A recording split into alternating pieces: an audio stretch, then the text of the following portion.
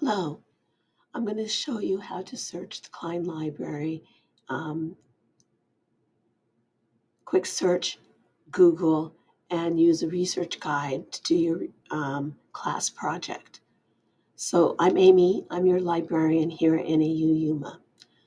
So what you're seeing now is the Cline Library home screen, and you can find that by going to nau.edu/library. And you have the quick search bar. So a couple of things to know about this page. First of all, it's always going to give you the hours the library is open and available. And these hours are important because that's also going to tell you when the Ask Us is available. The Ask Us is the chat, phone, email, or when a librarian is going to be available to meet with you by Zoom. Excuse me. I have a little bit of a cold. And I apologize in advance for having to take a sip of water or if I cough a little bit like I'm about to do. But I can't meet with you today because I have this cold and I wanted to update this because we've changed a few things on this screen. So I just wanted to give you the most current information available. So first of all, I know that some of you already know how to do research, but some of you don't. So first of all, next, I wanted to show you with this quick search, most of the things you want to find are going to be peer-reviewed articles, but for those of you who want to get books or other materials, you may want to leave it at everything, but you can use this drop-down bar to just limit to articles or to books if you only want to get books. But for this class, you probably want articles. And you'll see it automatically changes from everything to journal articles. But if you want to leave it at everything and then call, because if you start large and then think of a triangle and going down where the triangle point is at the bottom, when you do research, you want to go big and then narrow down to that point. That's how you start with doing research. And you want to start by having your thesis statement. In other words, what is it you want to talk about? And think about your keywords, the words that are going to get you to where you're going to. So if your topic is going to be something like you're interested in genetic food, or you're interested in something that like DNA sequencing or genomes, or say you're interested in biochemical warfare, or how you can make air quality better or something like that. So if we do something with like genetic foods and safety, I'm just putting that in everything and letting us go do a live search here. And then I'll repeat the search in Google just so you can see the difference. So putting those words in that order, I got 33,000 results. And that was searching everything. If I come over to the active filters, and I'm going down here to material type, I can tell it that I only want what kind of articles I want. But up here in view only, I'm going to select peer-reviewed journals. Excuse me.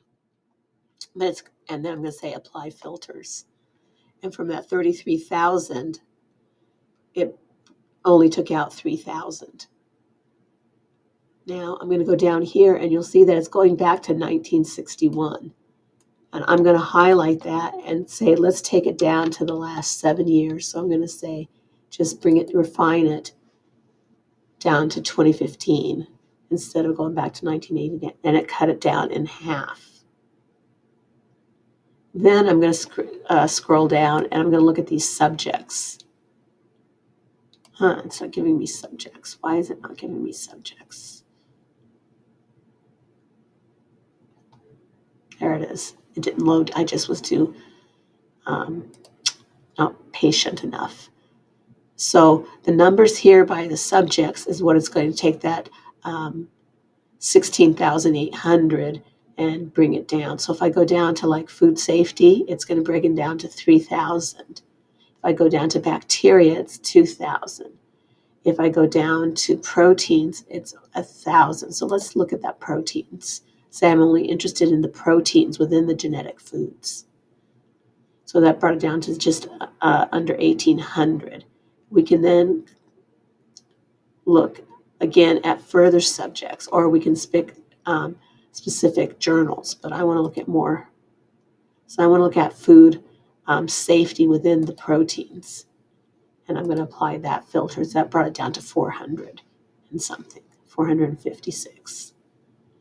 So now we have peer-reviewed articles about food safety proteins within those years dealing with genetic foods and safety. Do you see how all that broke it down and brought us down from 33,000 to 456? It's still a lot of articles to go through. But if we open up one of these articles, say advances, this is the article title, these are the authors. It's from the International Journal of Molecular Sciences. It was published this year in volume 29, number 9, issue number 9, and here's the beginning page number. So let's look at this. Now, I still don't know what this article really is about. It's giving me, the title tells me a little bit. It gives me a sentence of what it's going to look at. And then these are icons here are going to give me some options of what I can do with the article. It's going to tell me it's available from 2 different databases. But if I go down here, it's going to give me more details, including other subjects that are related to it. But if I scroll further down, it's going to give me a description or an abstract. I strongly encourage you to read that to see if it's close to what you want to discuss in your research. Excuse me. And the reason I suggest that is because it may or may not be on target. So before you start printing out or downloading a whole bunch of articles related that may or may not be related, because these articles are really dense. This is not like reading Harry Potter. Reading academic articles is not something you do just for fun. It stimulates a different part of your brain. It stimulates intellectual and part of your brain, not the uh, the the I forget the parts of your brain right now. The part that is titillated by like fun things that we read, like magazines and fiction, when we or murder mysteries and things like that, that we just read just to put our brains in pause, or watching a good movie or something like that, or playing a really good game. Um, that uses a whole different part of our brain. Reading academic articles uses gets us into a whole different, where we're using various other parts of our brain, because and that's why it's complex to read academic article, um, because it requires detailed reading. You just don't read it cover to cover. You read like you would a book. You read various parts of it, and I'm sure Dr. Petrova is going to talk to you about how to read for an academic article if you haven't already studied that. If this is what you want, then you can either read it by going to Access Online or hitting the PDF. If you download the PDF, for example, it'll bring it to you, and here's your abstract, which was that description, and then it's going to give you the details for it. You then can check for updates on this article, and then it's going to lay it out and give you the methodology, the literature search, and all of that down here. It's a 21-page article. And one of the best ways to get further research is to go down to the references and see who they're citing. Excuse me. So you'll see the references here have what's called hot links and cross references, to where you can go and get to that link to who they've referenced. Um, and you can see the dates of those publications: 2017 here, 2014 here, 2007. And in this case, they have 72 references that they have used. And in many cases, you'll see that they not only have it cross-referenced, they also have it, the database that they used, linked. So PubMed is one of the databases that they've used in this. So this is how to get this same article. If we go back, we can go back to our list of articles. Some of the things you can do with this is you can pin it. So you can come back and get to that, and you'll see it turns yellow, and it'll create a list of pinned articles so that you can just come back and quickly get back to those. So if you want to see another article, say that this one is something you want to get to, and you don't want to have time, but you want to come through and quickly look through some of the ones, you can get to a pinned list and then review all of those later. Now, I'm going to run and do this same search, genetic foods and safety. Oops.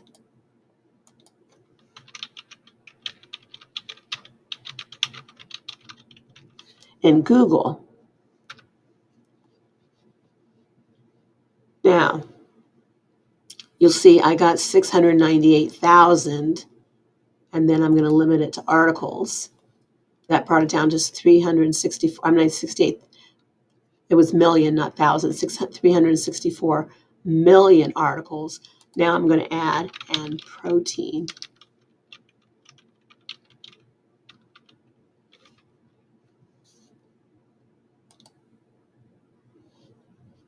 And that brought it down to 147 million.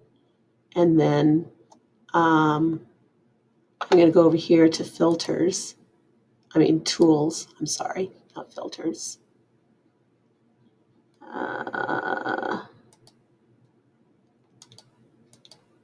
And using any time, I'm going to do a custom range. So I can put the dates 2015 to 2023. So we can use the same date range. And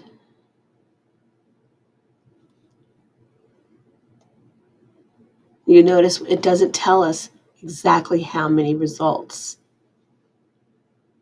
And then I'm showing all the results that we have. But we still are going to have within the millions of results here. And it's going to do the rankings, and it's going to start with several government and .orgs. And the reason it does that is because it's putting the most relevant first. Finding all those. Now, if we look at this first one from the National Institutes of Health, it's coming also from PubMed, which is where the other article was coming out of PubMed. PubMed is from the National Library of Medicine. It's a very good article. Excuse me. We will then give you an abstract. You'll notice the PDF is available here. You can get other articles and similar articles. It's giving you the title here. Here's its corporate author. Here are the authors. Here's its DOI. Here's when it was published. It's not giving you the journal. Oh, here you go. The date, the journal name, the volume, the issue number, and the page number are right here. That's your citation information. And then here's the entire article right here. Like I said, you can get your PDF of this article if you want a PDF to download right here. But you have to go through a few more parts to get through Google. It's a little bit more understanding how to use Google safely. I hope this makes sense for you. So another thing I wanted to show you from Cline Library, I'm going back here and I'm going back to Cline Library, is if you go to Get Help and go to Research Guides, And if you go over here and type in biochemistry, you'll see that there are 10 pages, and the very first one comes up by Mary DeJong, who is the biochemistry librarian up in Flagstaff. She's a fantastic librarian. Is a guide on how to do chemistry and biochemistry research. She has this great help on how to search for articles, books, and other resources, and this is how to schedule an appointment with her. And she gives you some databases. One of the best databases to use for any kind of biochemical research is SciFinder.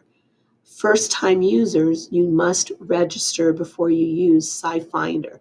So you need to go click here and then register. You put in your name, your email address with NAU. You'll get some feedback. You fill out this form, and then you'll get access to using SciFinder. Let me see. This is what SciFinder then looks like. And here you can come in and you can do some really in-depth research if you want to do some SciFinder research. And this is if you're doing some very detailed, like if you have some sequencing or substance, you can look for chemical reactions. If you want to know about specific references, retrosynthetic analysis, this is a very good database for going into that. Another database that's really good to use, which we just looked at, was PubMed, but there's also Web of Science. Web of Science is a database that gets you, there we go.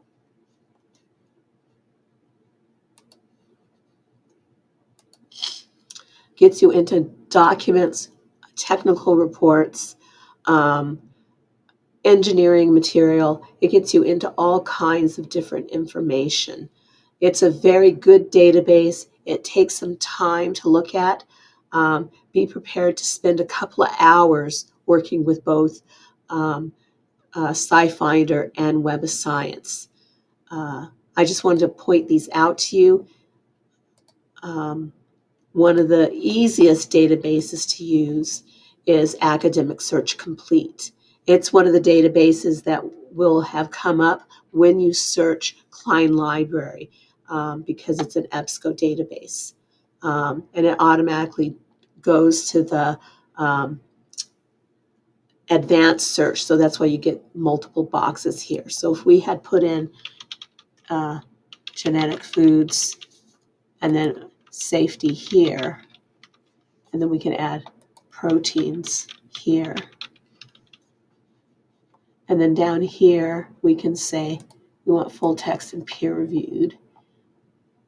And then we can put our publication date, say 2015, and end December 2023, and then search. And it said it found 685 with all of our hits. Now, the thing about this is it's going to give us not just full text, but it could give us citations. So, of cryproteins. I don't know what a cryprotein is. Insect meals. So let's look at this compendium of food, crop, plant proteins. So again, it's giving us the title. Here are your authors. This is your journal title, the date, the volume, issue, and page number. It's giving you more subject terms. This time, it's giving you industry codes in case you want to look up that industry and find out more information about the industry. But again, look at the abstract before you go look at the PDF or the full text.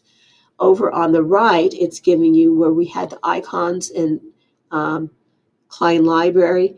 These are the icons of what you can do, including uploading to your Google Drive or your OneDrive, putting it in a folder like we did with the pinning, saving it onto a disk, or the citation feature. You may be having to put it in APA. Here is the APA citation, which it'll bump out into a separate screen, and you can tell you how to use APA, or you can copy and paste. A word of caution: it frequently gets APA incorrect. In this case, this title is done incorrectly. For APA 7th, you only want the first letter of the first word of the title and subtitle in capitals. All the rest of this is incorrect.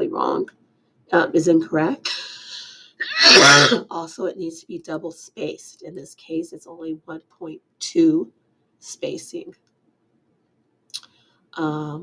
It also has the DOI is not correct here, so you want to double check your DOI.